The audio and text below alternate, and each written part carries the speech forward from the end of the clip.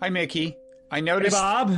I notice, in addition to the fact that you're looking pretty unkempt, that you're holding up a jar with a label on it that says "Vial of Death." That's VIAL. Correct. Death, as it's normally spelled. Tell us, Mickey, what's the backstory there? Didn't you see what Farrakhan said about the vaccine? Oh, it's a vial of death? How come you always know more than I do about what's going on? That's I have to get our potato, which is the symbol of Bob being out of it. But he said that it's not a very encouraging thing to take a vial of death. But I thought we were talking about names for Smuckers. If it's called, painful rectal itch, it has to be good. Yeah. So if it's called Vial of Death, imagine how... It has to be super good. Imagine how good this jam is. I would chug that thing if I were you right before our very eyes. This is a very expensive bottle of jam. Yeah. And Vial of Death. It's... So that explains... I think it's going to be delicious. This explains why I saw somebody on Twitter say, I didn't even realize Farrakhan was still alive. This must have been after he said this. He's not only alive, he gave a big speech denouncing the vaccine and said everybody should listen to Robert Kennedy Jr., with whom he's communicating on the dangers of vaccines. Kennedy is a vaccine nut. Is he? Now, is he the one who worked for Fox for a long time? Fox News? I don't think so. One of Bobby Kennedy's sons did and may still be. Well, anyway, well, that's not exactly the ideal message for... any followers Farrakhan still has, I would say, right now. I think he still has a lot of followers. But then that's unfortunate, because we would like people to get vaccinated. Now, there's also this, speaking of which, I was going to get your reaction to this. This is from the New York Times. There's this issue, the Johnson & Johnson vaccine is now being actually distributed, and so there's the issue of discrimination arises. Here's what the New York Times said. The challenge in the U.S. is especially acute in the context of racial and economic disparities exacerbated by the pandemic. If a vaccine thought to be less effective, though still well above the threshold of 50% set forth last summer by federal regulators, which J&J is, anyway, if such a vaccine is used overwhelmingly in communities of color, it could erode trust, I guess, meaning they could say they were discriminated against. And my first thought was, aren't the more likely areas of J&J distribution like rural areas? I mean, a lot inner city areas often have access to these like big arenas and things. Am I wrong about this? I think the theory is that they can go door to door with the J&J. Yeah. Seriously? They're going to do that? Why not? Well, that's just, I haven't heard anything about ordering out for vaccines. I have not heard that that's a thing. It's Uber Vax, don't you know? It's coming to your neighborhood. No, but I'm kind of serious. It seems like rural area. I mean, this could be an issue, right? It's totally an issue. The mayor of Detroit said he doesn't want people to take it because it's a second-rate vaccine. So, then maybe the Times is right. That's not a rural area, is it? Detroit, as I recall. Correct. Well, no, it's a big problem. I mean, I thought it was, a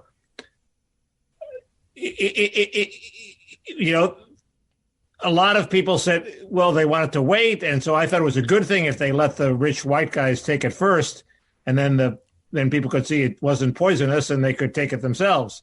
But now it's turning out to be a disaster because the rich white guys got the good vaccine, and everybody else is left with the J&J. So I think they have to serve them up the better vaccines.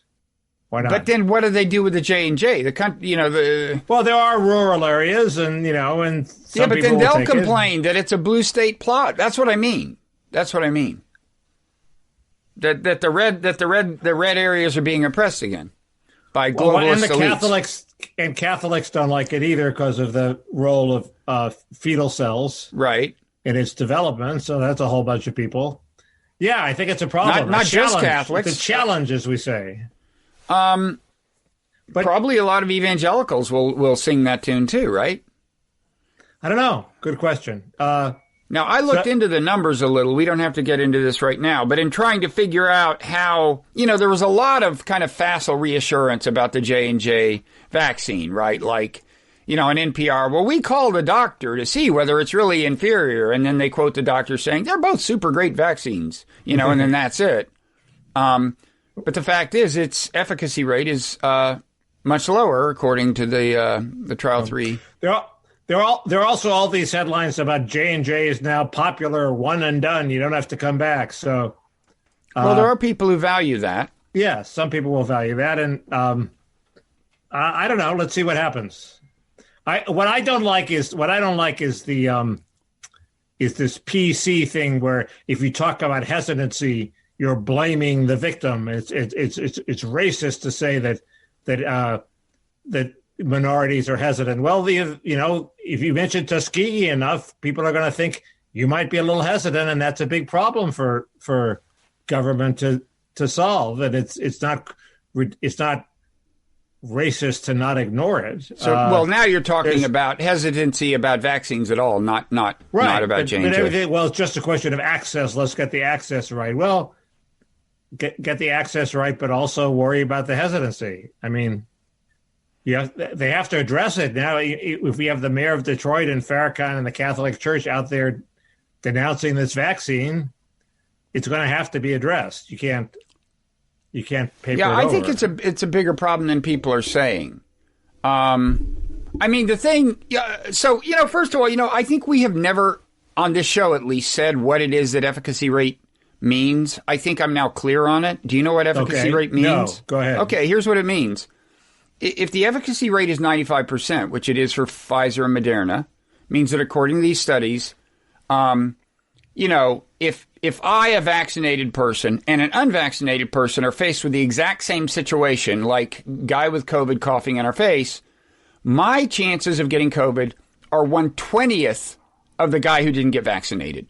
That's what a 95% efficacy rate means. So that means that the J&J number, it was 66% globally and 72% in the U.S., but with a 66% number, that means my chances are 1 in 3 of the chances that an unvaccinated person has. I like 1 in 20 better than 1 in 3. That's pretty. I mean, they're suddenly acting so dismissive of these numbers, having hailed the 95% originally and said, "Hey, folks, we got great news." Now they're saying these numbers don't really mean anything. Take the J&J. The reason the J&J is enough is because if everybody got it, we would have enough for herd immunity. Well, that's the reason from a public health perspective. You definitely want to get it out there. It is better for everyone if you get it out there. On the other hand, it's better for any given individual to be among those who get the Pfizer or the Moderna. That's assuming we can trust these numbers. And there is, that's assuming the numbers say what they seem to say. But there is the counter argument that J&J was tested later after more variants had spread. And it may well be that if Pfizer had been tested in this environment, its number would be lower than 95%. And there may be something to that. It was tested. I'm trying not to get on the variant bandwagon. It seems to me, as a completely ignorant layman, that variants are the latest thing that is being used by the official community to scare people into not relaxing their guard, which is a worthy goal, but maybe I think they genuinely don't know enough about the South African and the Brazilian. There was good news, kind of, about the South African in this week. Apparently, they have a vaccine pretty much, I think, ready to go. First of all, that targets it, and what this study this week found, in effect, is that a vaccine tailored to the South African variant would also still be effective against the other variants, which wasn't something you could take for granted. But it's like, And I should say that there is some establishment noise about scariants attacking the press for scaring people about the variants. So yeah, well, I can't. It's not a concerted PR effort. So you want to quickly hear the other things I learned in my deep dive into the numbers? Well, sure, but let's talk about Mickey first. Mickey has 1 dose of Moderna 80%, that means my chances are 1/5, right? The chances of an ordinary person. But until you get your second dose, that's about right. Yeah. Yeah. Okay. I mean, the take home of all of this, the efficacy rates, is I realized that the key, half of the power of the vaccine is the fact that everyone else is getting it. So it's like when I was young and I get that sugar cube with a vaccine. I think that was smallpox. Do you remember the sugar cubes? I remember the sugar cubes. I thought that was the Sabin. Whatever it was, maybe it was polio. I don't know, but whatever it was, polio. I was thinking. Now, because I'm taking this, I have no chance of getting the disease. And I was right about having no chance, but actually the reason I had no chance was not because of my vaccine alone. It was because of the whole vaccine program. Right. Anyway, 1/5 is not good enough for me, so I guess I better show up for the second dose. I don't know. I just think I'm not going to be able to keep obsessing about this. I'm just going to, once I get my second dose at least, I'm just going to go cut loose and go crazy. Go to Texas and walk around and shit. That's what everybody's going to do. But I had thought, I hadn't realized that there was still a lot of anxiety out there of people who haven't gotten any vaccine at all. Because I got it really easily, so I figured, hey, it's still a problem. Still a problem. Yeah. New Jersey's a mess, I can tell you. By the way, I can report that I now wish I had gotten Moderna. I've gotten the first dose of Pfizer. But really, why? Because this may not be that meaningful, but if you look at the efficacy rates for serious COVID, and first of all, what can be said on behalf of J&J is that their efficacy rate reported for severe COVID disease was 85%. And Pfizer's is only 89%. Right. And Moderna's is better. Now, these numbers don't inspire as much trust as the generic efficacy rates because they don't involve as many cases. So, for example, with Pfizer, one person who got vaccinated got serious COVID. 9 people who didn't get vaccinated got serious COVID.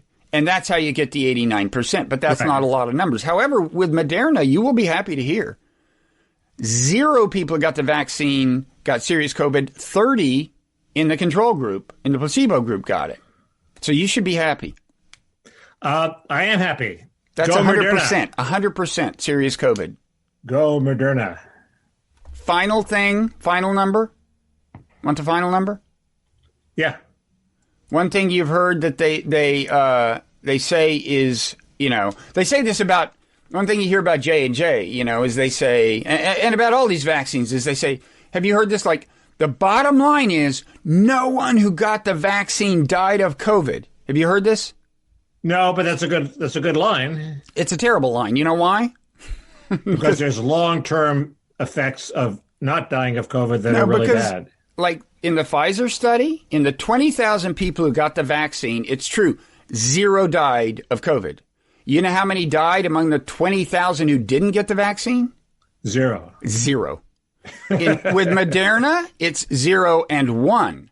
Now, with J&J, I will say it's 0 and 5. 0 who got the vaccine died, 5 who didn't die. And that maybe lends credence to the idea that it was tested in a more challenging environment with more variants that were not only more transmissible, but more lethal. So maybe that's interesting. That's interesting. So there you go. Yeah.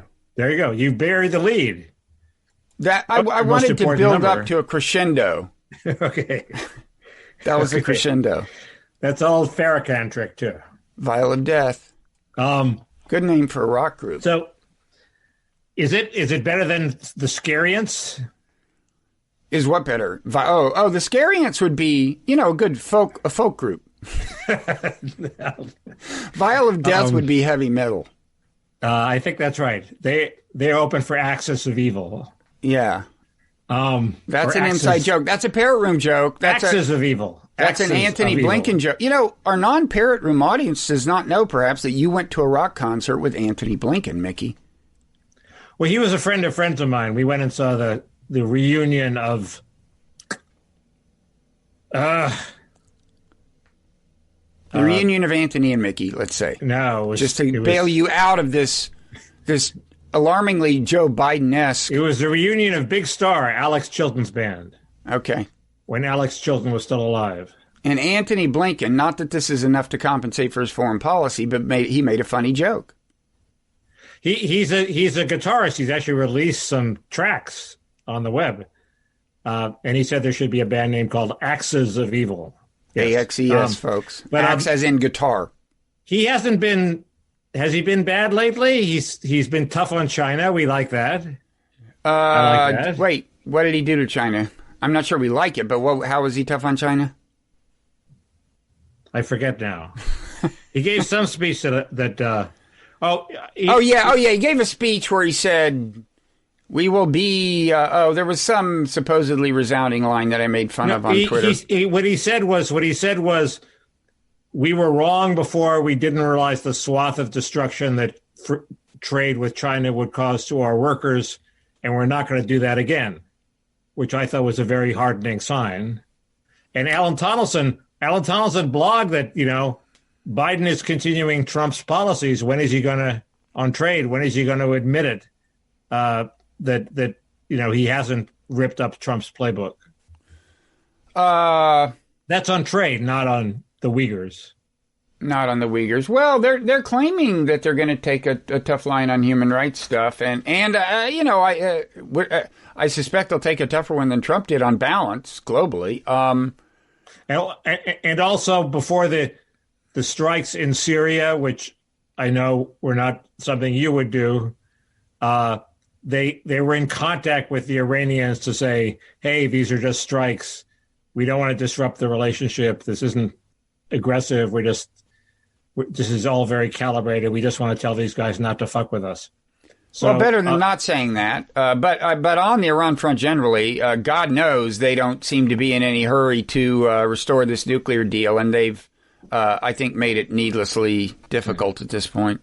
And that strike did not help. The strike. You can make all the phone calls you want, but the strike makes it a little harder for the Iranians to play ball. We didn't do a second strike that was planned because a woman and child wandered into the view. Well, they saw a woman and child like in the courtyard. That just underscores that they don't know who's at these facilities. The woman and child were probably indoors at the one they did bomb, for all they know. By the way, they did. There was subsequently an attack on an American base in Iraq, a missile attack that didn't kill anybody or anything. But I will give at least Biden didn't retaliate for that. Didn't turn it into an escalating. Was that a thing. Retaliation for the strike that Biden did? Wouldn't shock me if it was kind of a shot across the So it's like, no, we will fuck with you. Yeah, I think they would like to send that message. I mean, they want us out of Iraq. I mean, most Iraqis, I think, want us out of Iraq. Iran wants us out of Iraq. So it's very when I guess one of the original Iraq wars was planned. William Safire wrote a column saying, we're going to set up democracy in Iraq, and then they'll kick us out. That's what they do. He didn't say when then was, I guess. No, but he implied it was pretty quickly. And yet, in the event, we don't want to leave, or we can't leave. No, we seem to never leave. As planned. It seems like Biden isn't going to meet the May 1st deadline for withdrawal from Afghanistan that Trump had negotiated either.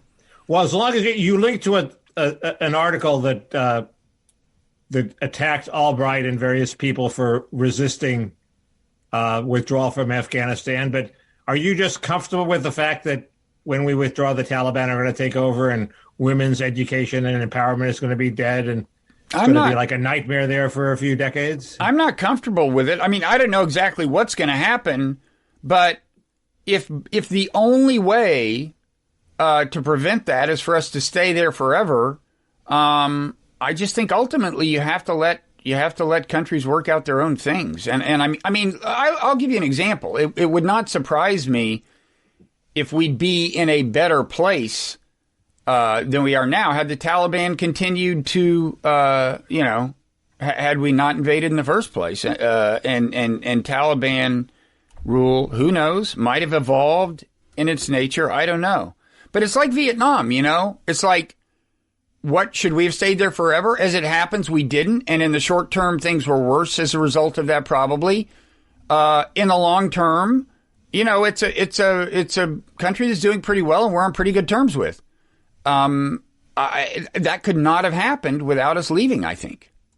It's a difficult choice you make. It's why we shouldn't have screwed up Afghanistan in 35 ways starting during the Carter administration to begin with. It's not a binary choice, though. I mean, if we could preserve the westernized areas around Kabul with presence of 5 soldiers, would you do it? I think you would.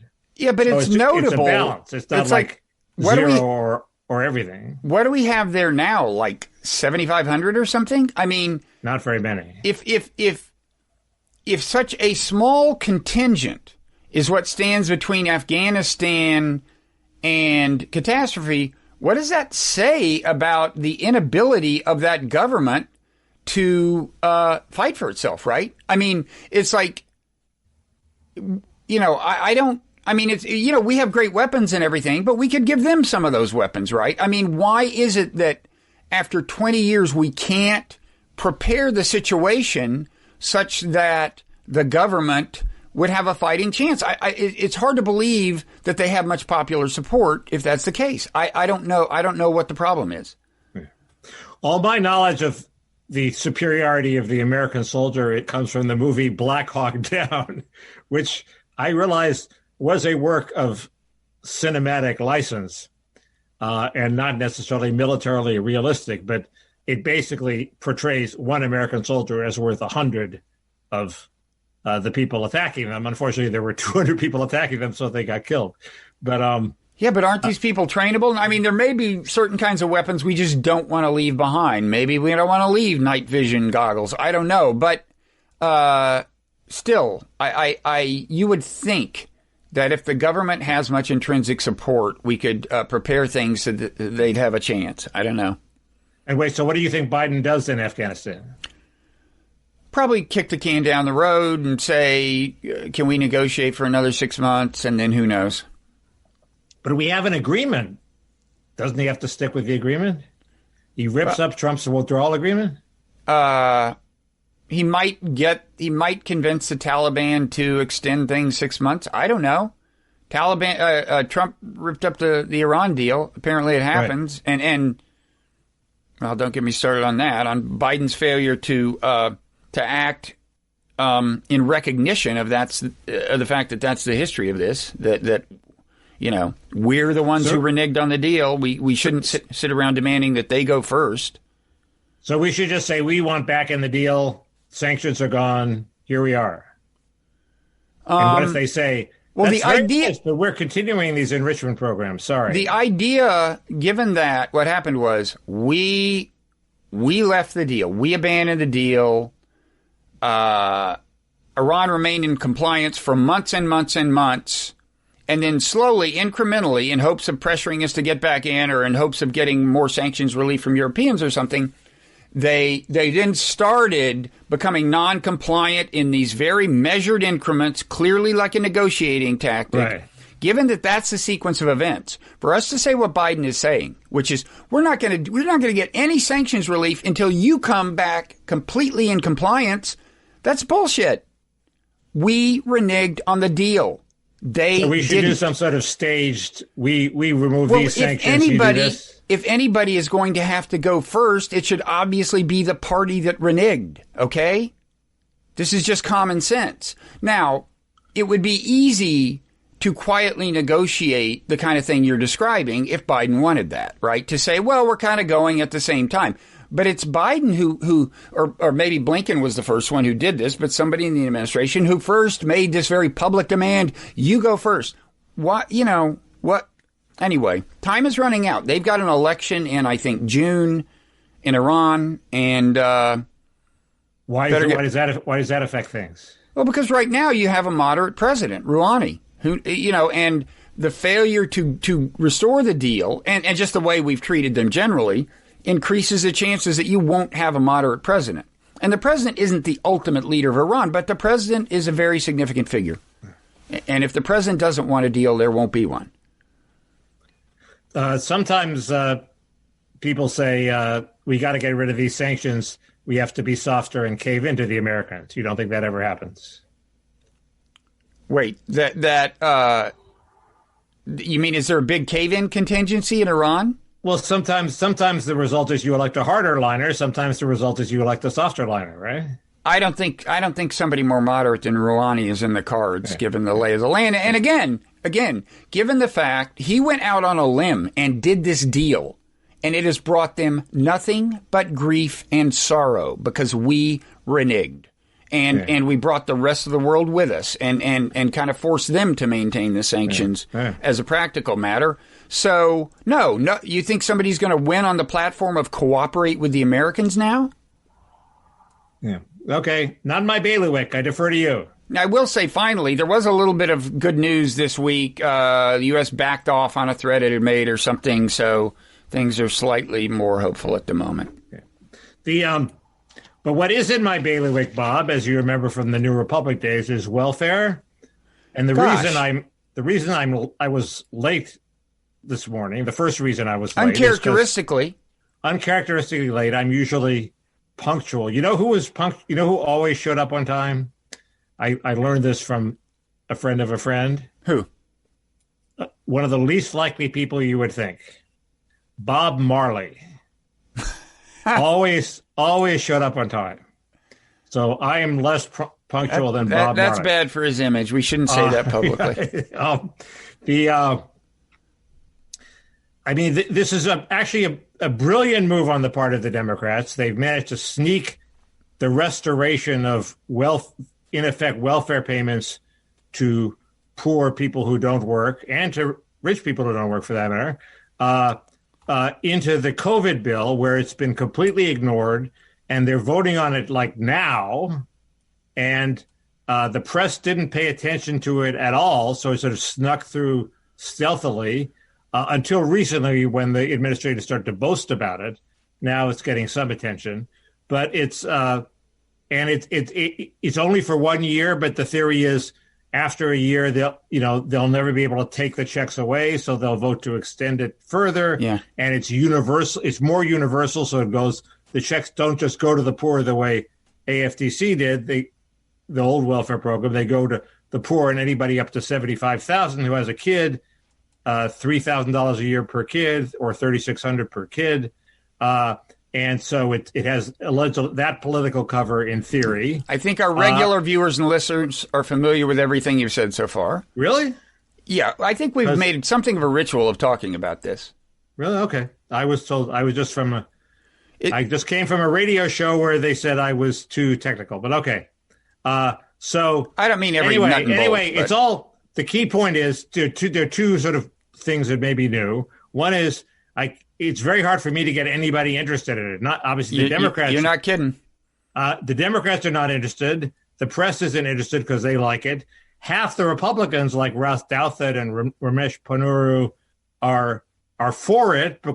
Douthat for natalist reasons. The Catholics are for it for natalist reasons.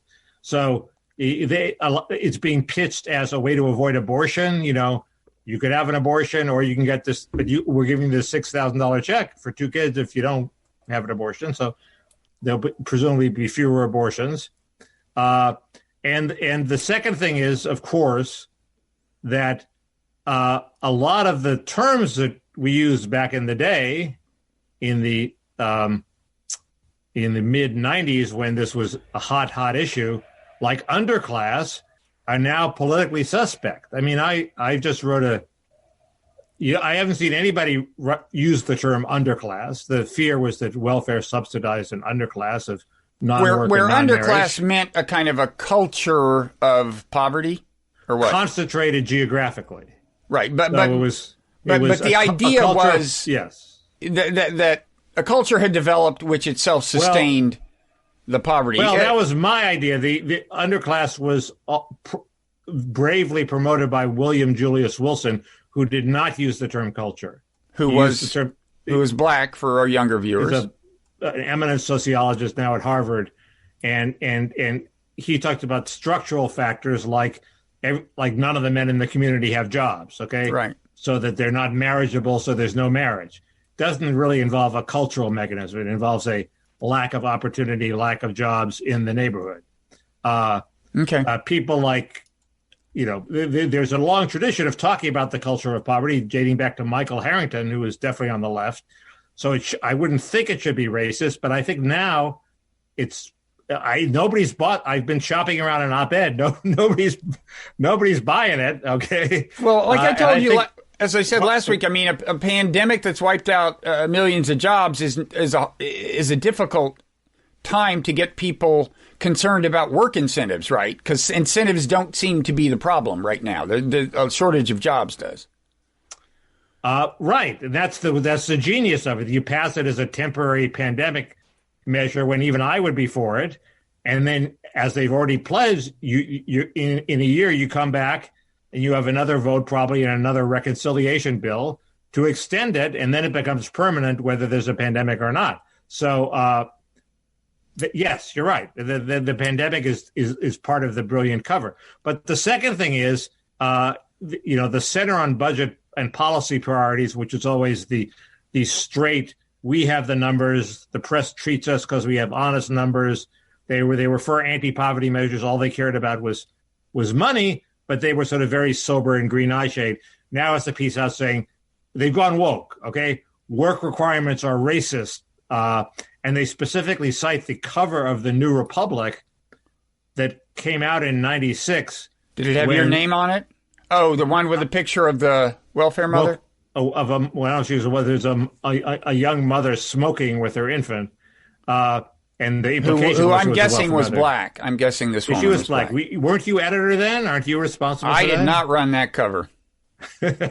I was acting editor in 1989.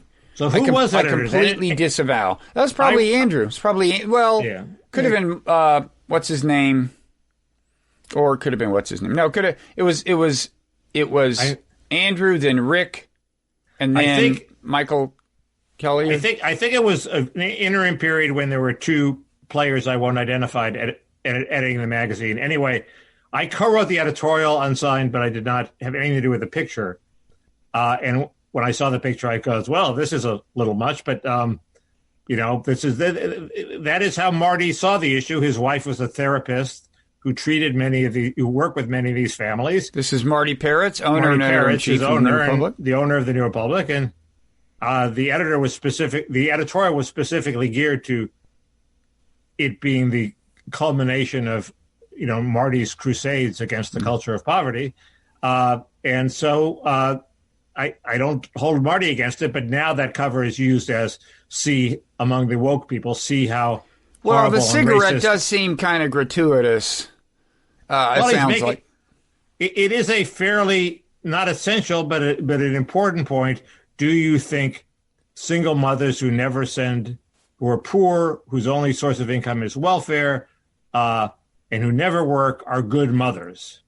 And the magazine time-savingly answered the question for you on the cover. Well, it wasn't. I don't think it was a point that was made in the editorial. But as somebody pointed out, if mothers taking care of their kids were so much better than strangers taking care of their kids, you wouldn't have Head Start. I mean, the whole Head Start is we can provide additional nurturing that is not provided in the home. But it was school too. It was educational experts who were running Head Start. I mean, right, but it's at it wasn't just that they weren't smoking cigarettes. That wasn't the idea behind Head Start. Anyway, it's a debate that's worth having, and it's a debate that's becoming verboten. So far, you've only found one person who believes that, and he is you. But good luck in finding more. Oh no, there are a lot of people who think. The mothers who were on welfare were not very good. Okay, but I mean, as far as this bill goes, you can't find any interest. No, and that's not essential to opposing the bill. So let's leave that issue aside because it is incendiary now. But no, it's there's some steam because, as I said, people are starting to boast about it. Ezra Klein has a column we're sneaking through this great thing, and it's a huge achievement for Biden. I agree. But it is pretty income limited, at least, right? It sounds like 75,000 is a low number for somebody with a kid. 7,500. What? I thought you meant. Well, what's the income limit? 75,000 is most an income of 75,000 for a single person is more than 50% of the population. No, I said somebody with a kid. I thought you said for somebody with a kid, it's more than 75,000. You're doing well if you make 75,000. Okay, I misunderstood. What is the income limit on this program? What is the ceiling? Who is eligible? Who is not? Individual, 150,000 for a couple. That's most of the American so it's the same population. as the original numbers for the bailout part of the COVID bill. And maybe they'll fiddle with that, but it's most of the population will be getting these checks. But most of the population pays taxes, and they'll just see a slightly lower tax bill. If you're poor enough not to pay taxes, you will actually get a check from the government.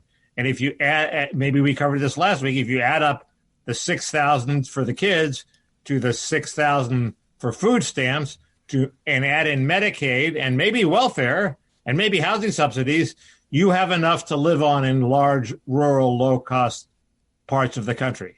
So in the South, where you can live cheaply, people are just going to be living on these child checks. I'm sorry. Well, if I were you, I would retreat on this year's version and start preparing to fight the extension of it after a year. Well, that was always the plan all along. So let me ask you a related question. Like, I just saw on Twitter that an amendment to add a minimum wage to the COVID bill had failed. I thought the parliamentarian had already ruled that minimum wage can't be handled via reconciliation, and I thought the whole bill was going to be handled via reconciliation. The whole bill is handled. That was a move to, I believe, to stick it in and challenge the parliamentarian, and then the parliamentarian would rule, no, this is not in order, and then they would pressure Kamala Harris into overruling the parliamentarian. But anyway, six she Democrats. Wouldn't do that. So it was all theater. Six Democrats defected on minimum wage, not just Sinema and Manchin. Yeah, I don't quite know why they did that. It might have been to take the heat off Harris. It might have been because they thought this is all theater. It might be because they were sending a signal that they thought 15 was too high.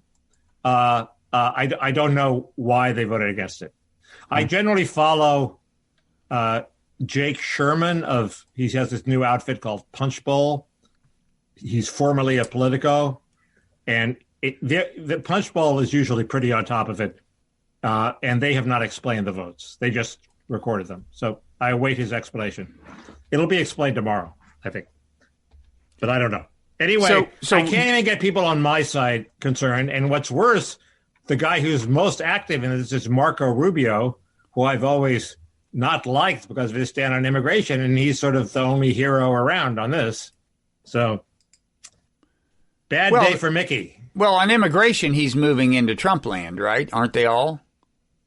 He's moving as little into Trump land as he possibly could to maintain his viability. Okay. You know, I assume everything he does is political and not sincere.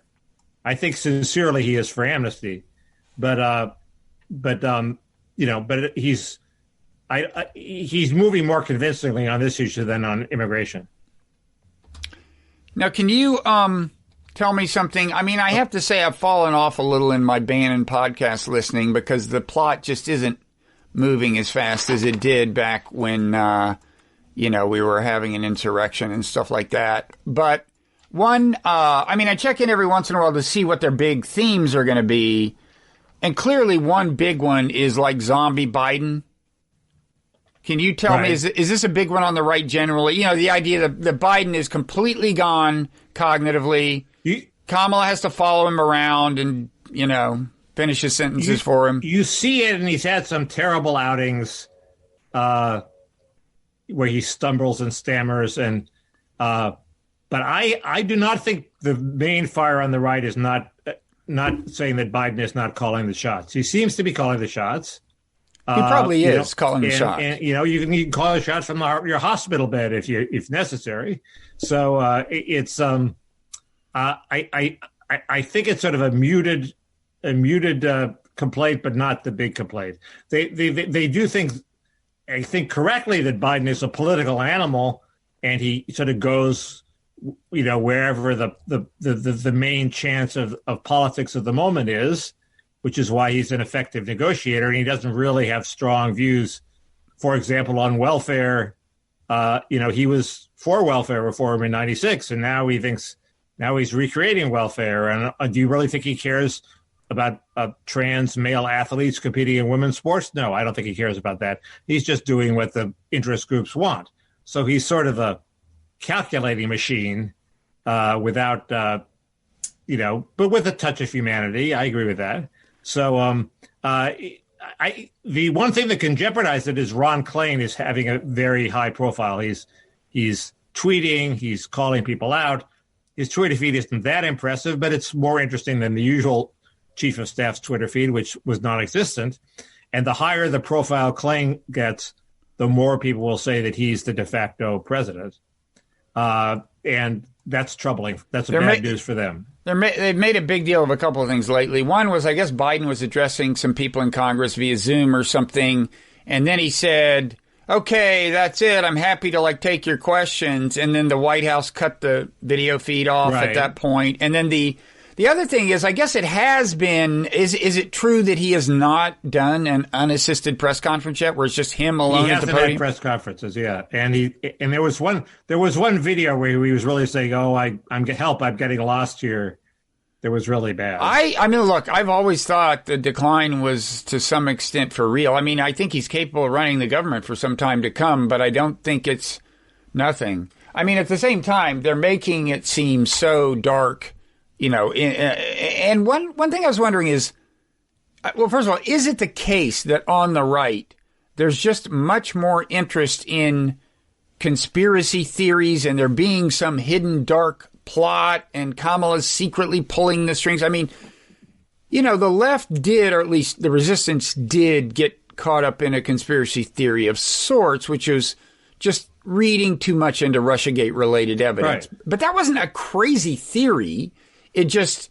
This isn't a crazy theory either. The Kamala theory is crazy, but the idea that Schumer and Pelosi are basically telling Biden what to do on domestic policy is not crazy at all. But there are all these crazy theories on the right. There's QAnon, right? I mean, there's Obama, there's Birthergate, there's, I think isn't there a left QAnon started too now? I don't know. I'm not aware of it. I mean, what are the left wing? Okay. No, am I crazy to think that some of that stems back to Bill Clinton, when everybody knew, the end of the era when politicians had to pretend that they were faithful to their wives? Everybody knew he was catting around and had a JFK-style sex life, but his campaign was built on this edifice of lies, which is pretending he and Hillary were two for the price of one and were this great team. And so there were all these conspiracy theories about how the edifice of, what was really happening behind the edifice of lies that you didn't have before. And it turned out they were right. Well, but that's a good example, because the theories went much deeper. Remember, supposedly Vince Foster was murdered, perhaps at Hillary's behest.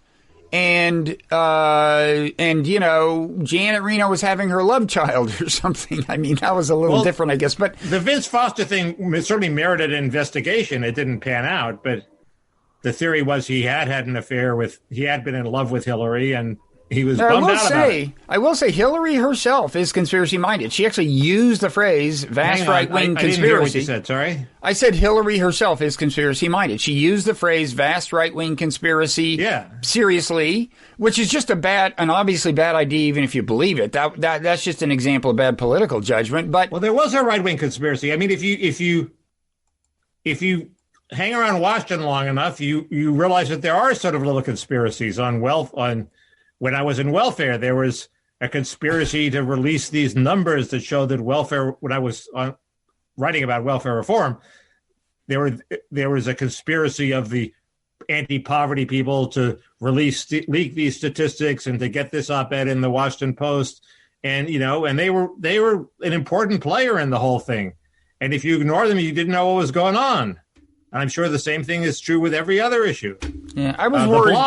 The blob is a conspiracy. I was worried that we wouldn't find our way back to welfare, but the blob. I'm teeing up to you. The blob is a conspiracy. All roads should lead to the blob. All roads should lead to the blob. And there's a conspiracy now of these, the Niskanen Center and various right wingers. Wait, what's that? The aside from them. It's an allegedly libertarian new think tank that is big in pushing these. Yeah, I know what it is. I mean, they famously fired Will Wilkinson for a tweet that was obviously a joke. But they're not true libertarians. They're libertarian exiles who are liberals. Right. But you just get the impression that all these people know each other and they're thick as thieves. But wait, even though they have opposing views, Matt Iglesias and Sam Hammond, and they're all buddies. I've got an email from him in my inbox. He's unfortunately not as insubstantial as one would hope. He caught wind of what I said about him on the last podcast. This is more evidence of our vast influence, Mickey. You just say something disparaging about someone and they magically email you. What? He said, "When do I get my comeuppance?" And he's had his comeuppance and he doesn't realize it. But I want to say kind things about him right now because I think he and I are in the middle of a rapprochement.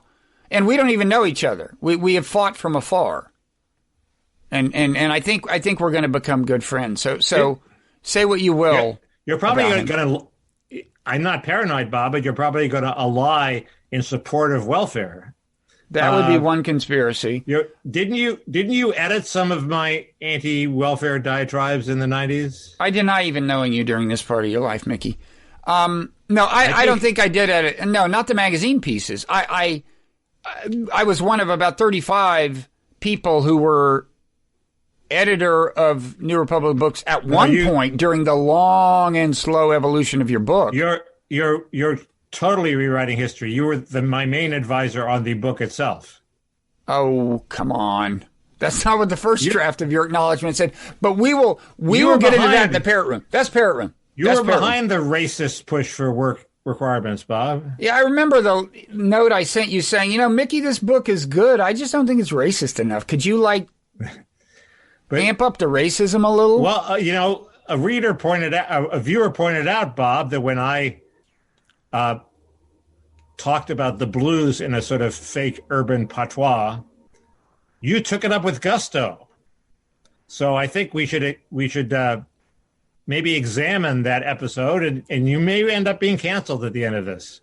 That was in the Parrot Room. But wait, what did I... Well, you get canceled for things in the Parrot Room. I don't think I said anything well, we'll go to the videotape, Bob. About the blues. It's all on tape. I didn't have time to look at it before the show, but it's all on tape. We'll review the video. Let me just say, I was not the editor of New Republic Books who signed up your book. I was not the editor when it was published, okay? I deny any involvement with you at any point in your life, including right now.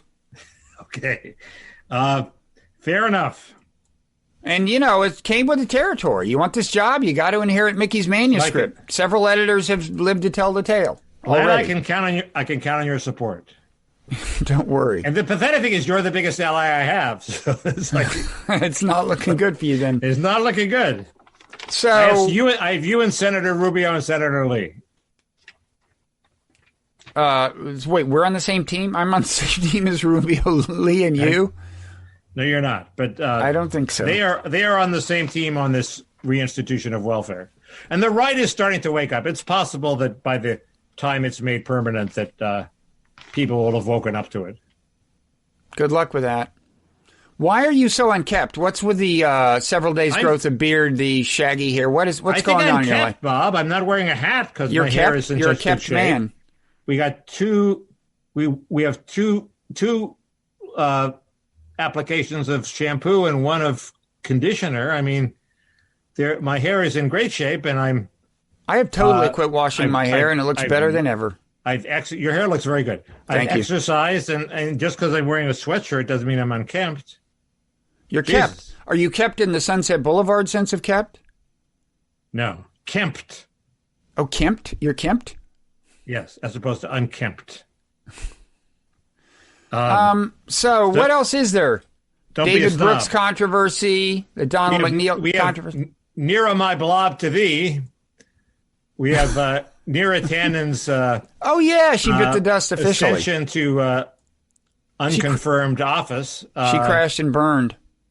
What is she going to do now? She's going to be some advisor in the White House. I mean, the weird thing is these people, they fail to get confirmed, but then the people have already grabbed their old jobs, so they can't go back. The obvious one is Becerra, I mean, there's already this jockeying to take his job as Attorney General of California. If he's not confirmed and has to go back to being Attorney General, Adam Schiff and a whole bunch of people are going to be disappointed. So that's probably not going to happen. Why did she go ahead and resign as president of CAP? She didn't have to do that. Well, because she probably knew she's going to get one job or the other. So maybe being president of CAP isn't the greatest thing in a woke era. Would you want to run a think tank when everything anybody says is going to be accused of being racist? By the way, a couple of other nominees for foreign policy positions had a kind of a rough going in their Senate hearings, partly at the hands of Democrats. Bob Menendez, the truly nefarious Bob Menendez. I think we can agree. That's something we can rely on. Is dislike. What's your beef with him? Mine is that he's one of the Gang of Eight who pushed the immigration bill. Yeah, let's definitely stage a mutiny. Let's get rid of him. Well, what did he do? Well, he's head of the Foreign Relations Committee, so he has life and death power. And he forced like Wendy Sherman to basically say, yeah, you're right. The deal I negotiated the first time was a terrible deal. We can do better, which is just embarrassing. Yeah. Well, anyway, so there are two theories, I guess, on why Tanden quit. One is that Murkowski said, she wasn't going to vote for him and the votes weren't there. But the other is that they just kept her on so long to open a negotiating channel with Murkowski that is going to survive this nomination. In other words, Murkowski has put her demands on the table and they didn't want to meet them. But in the future, they may really need her vote for something. And she's a potential vote they could get. That's a very arcane theory, Mickey. That's not arcane at all. That's like the conventional wisdom. Wait, how does this work? That they now have, and they're boasting about it, they now have a line to Murkowski that may come in handy later. They're looking for Republican defectors. They only have 50 votes. Because this opened up communication with Murkowski? Yes. How about they just ask somebody for her phone number or something? Would that have worked? I don't get this. This is in a real world situation where they know the actual cards were put on the table. What cards? What did she say? What happened? Talking about aid for this industry, that industry in Alaska. Apparently Alaska's really hurting and they've killed the pipeline. That's what she says. She wants to show her constituents she's doing something. She's transactional. So she says, this is what it'll take for me to vote for Neera. They don't give it to her this time, but now they know what they could give her to get something else. Correct. Washington is a mystery to me. Thank you for clarifying that. That's why you're not president. One of several reasons. There is a whole immigration thing now that we've brought up Senator Menendez. Plus, you can only spend so much time talking about welfare. At some point, you got to change the subject to immigration. Not really. I could talk for a while longer.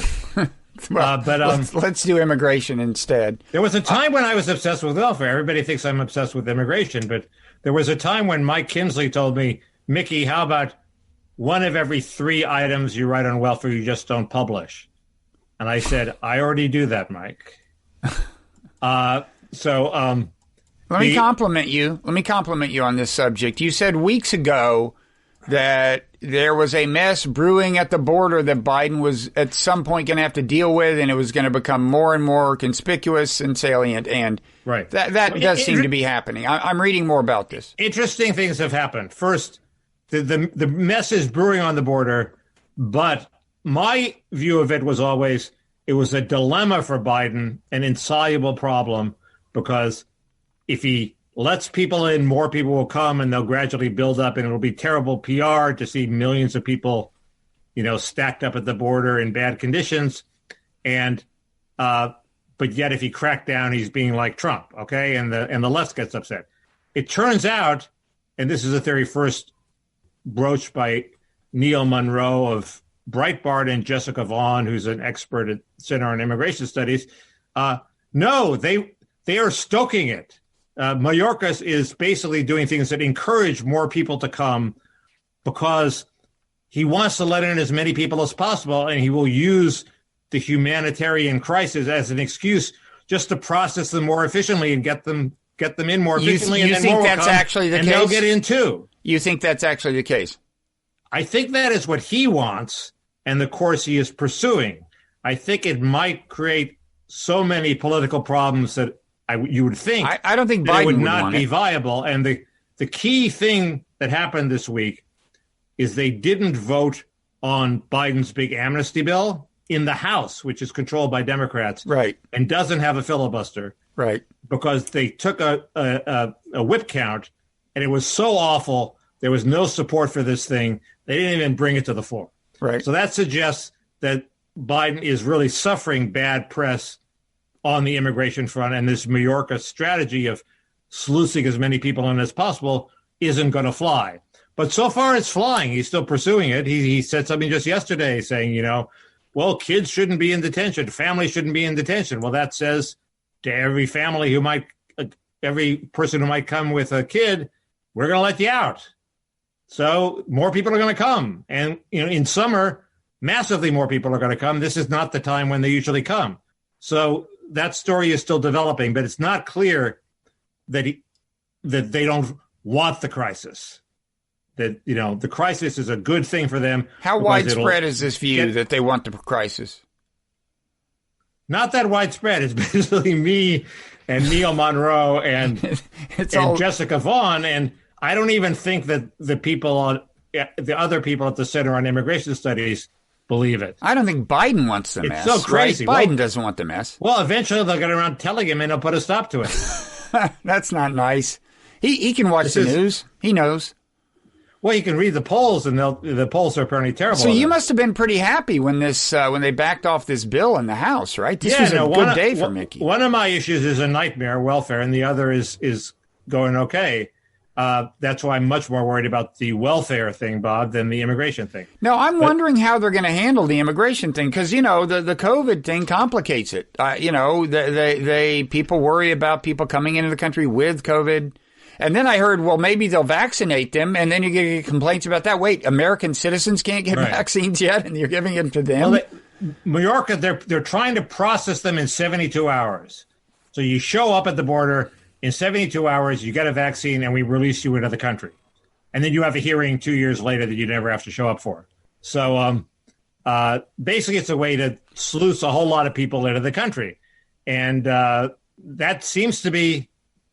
Well, the plan is to be so efficient that we can handle everybody. I got a feeling that if they vaccinate them, we're not talking Moderna or Pfizer here. That's my prediction. Well, there's your Johnson & Johnson. There's a use for Johnson & Johnson. One and done. Now,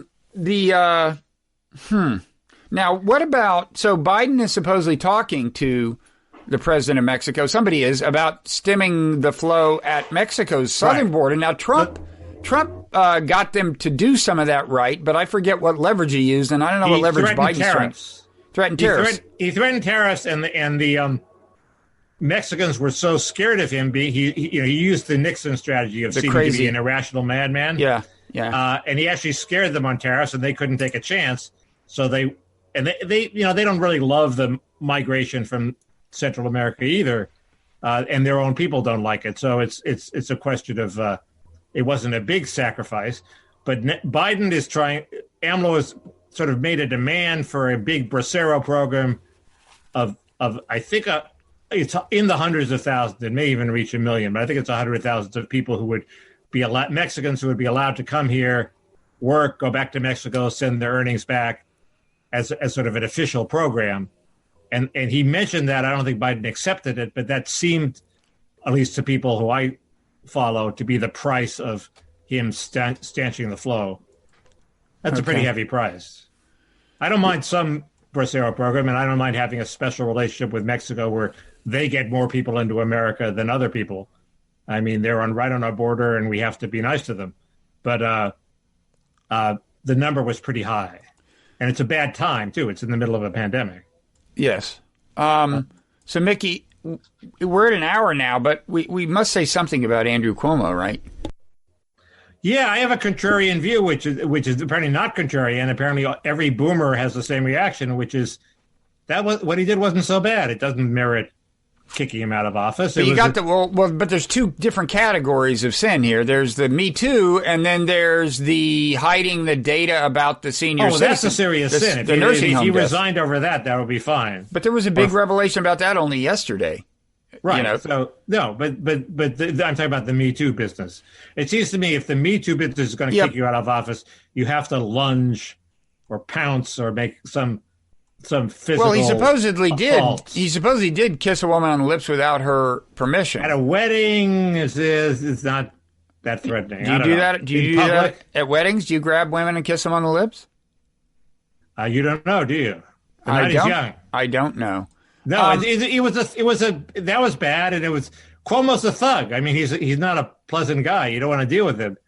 I'm just saying, just as a matter of sort of legal procedure, he wasn't like, grabbing his staffers and fondling Okay, them. but wait. There is it's not like comparing him to, say, Leon Wieseltier, another Me Too miscreant, whose name happens to spring to mind, is apples to apples. It's not, because Leon was doing it back before the new rules. Cuomo did this allegedly after the new Me Too rules were published, right? So doesn't that matter? But this isn't what Harvey Weinstein did. He didn't. No, it's not what he did. But Harvey also invite them up to his apartment and show up in a bathrobe. My good friend Harvey. I don't know him. I don't know why I said Harvey instead of Weinstein. But he did. He also did them before the new rules. He wrote the new rules. I mean, the new rules, became official with the Harvey Weinstein story and with some stories thereafter. But I'm just saying, I'm kind of scratching my head, like, does Cuomo not read the newspapers? I mean, this is the kind of stuff. Well, if you told me he did it 10 years ago, I'd say, well, of course, half of them did it back then. But now it's like he's not paying attention. I don't get it. Well, he seems like a guy who's aware of it and would have been much more blatant in the pre-rules era, and he's now trying to skirt them by saying things like, I'm lonely, and do you sleep with older men? When was the last time you were hugged, Mickey? That's what he asked one woman. I'm not asking you that. When was the last time? Just to clarify. No. There's a pandemic. I haven't been hugged in a long time. You should get a dog. You should get a dog.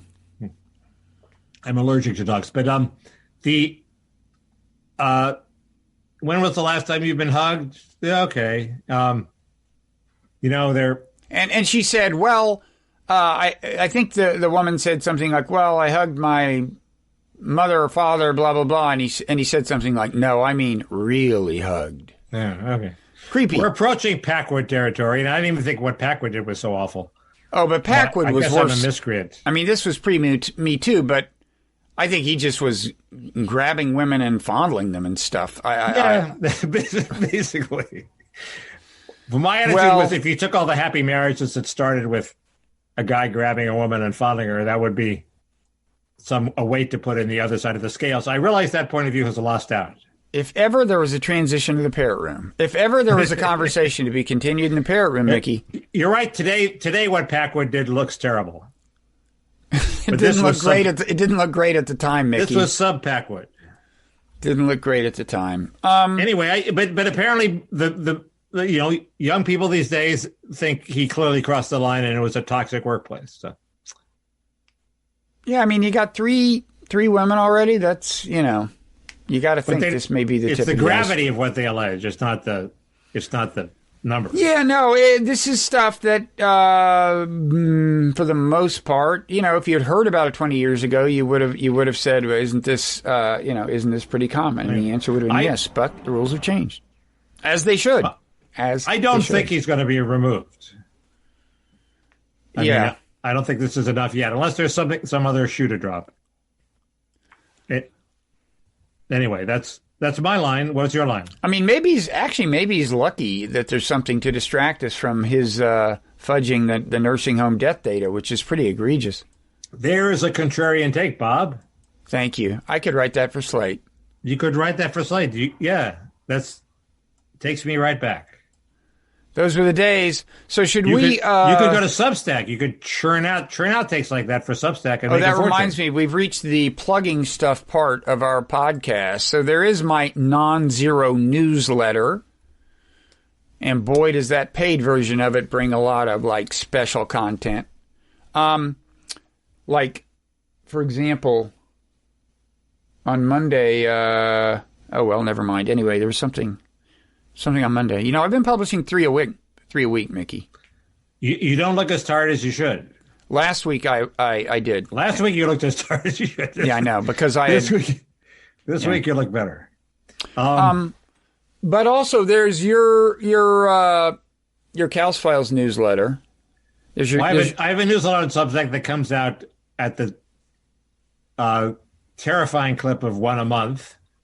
But there was a pretty recent one, and for people interested in welfare, it's just the thing that the doctor ordered. It was slightly technical. They reprinted it in Newsweek, and boy, did it disappear from the homepage quickly.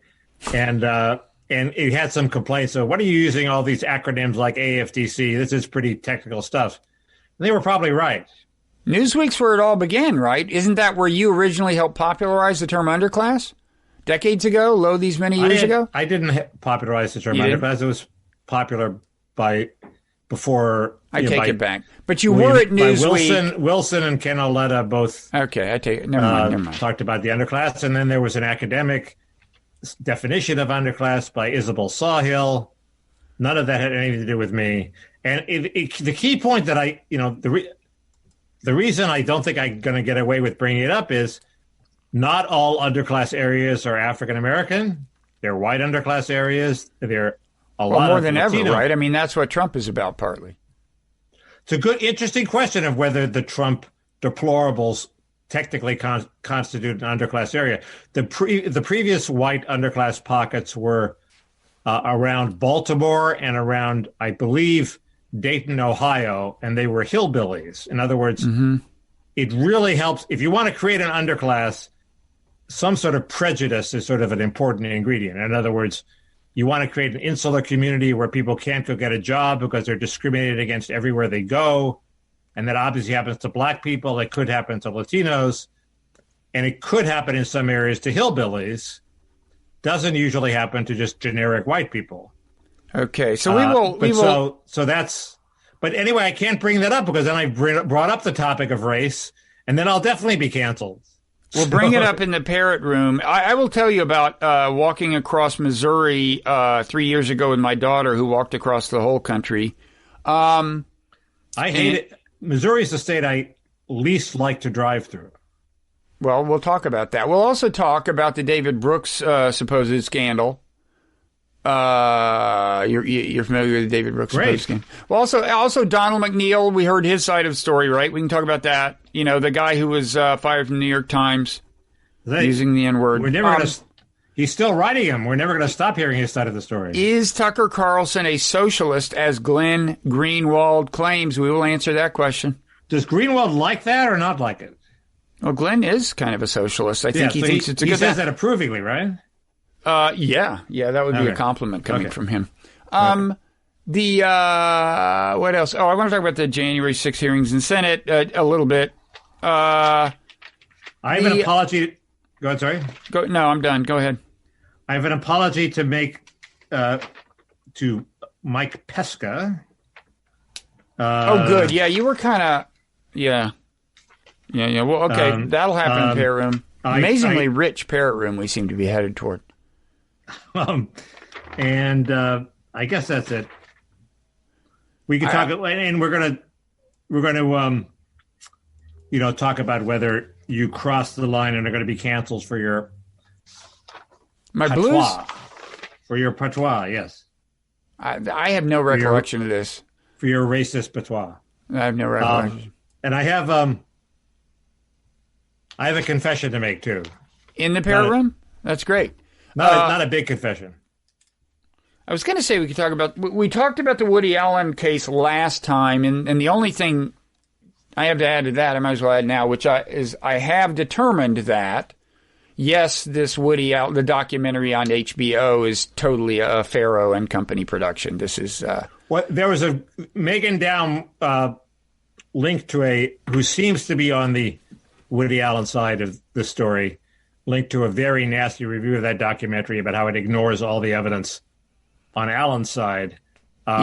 So the battle lines are drawn. Apparently, there are not too many people on that side. The side I'm on is that anybody who's confident that they know what happened, I think, is just really bad at evaluating evidence. But was it an electric train set or just a, play school train set? I think that's what it turns on.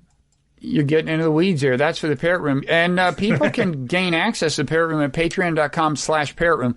Other promotion-related things, we haven't said in a long time, smash the like button on YouTube. Please smash the like button. You said that last time. No, I think I said rate and review The Wright Show, which I would like to repeat. Rate and review the Wright Show. I thought this is The Wright Show. This is The Wright Show, but that's why I'm using this as the vehicle. This is commonly done in podcasts, Mickey. People say, rate and review this podcast. And then we sell some horrible coffee. Now, that reminds me, what's the right-wing coffee company? What's it called? It's not like Ricochet. What is it? Damn it. Anyway, it's funny.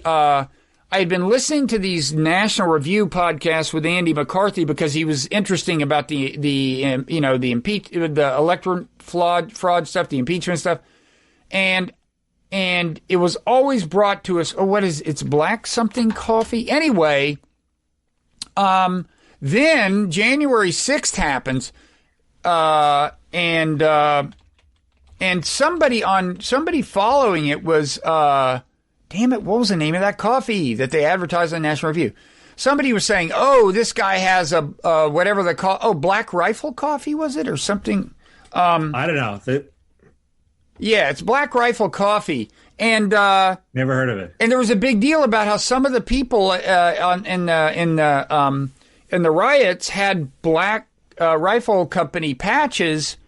And from that moment on, no more Black Rifle Company ads on the National Review podcast, beginning at that moment. And I guess it had famously far-right connotations or something. I don't know. Weird. Anyway. Well, I buy all my groceries now at Erewhon, which is this super expensive natural foods chain. And it's so super expensive. There are very few people there, so I figure it's safer to go there. But I guarantee you they do not stock Black Rifle. Black Rifle, yeah. No. Nor the places I shop. The fair trade coffee isn't that bad. So I drink left-wing coffee. It hasn't had an effect yet. Apparently not. Okay, so I guess the upshot of all this is that we will see you in the Parrot Room. See you in the Parrot Room. With Mickey. Mickey is showing us, at this moment, the vial of death. I may have some vial of death jam live from the Parrot Room, because if it's called vial of death, it has to be good. It's got to be good. Okay, we'll see you there.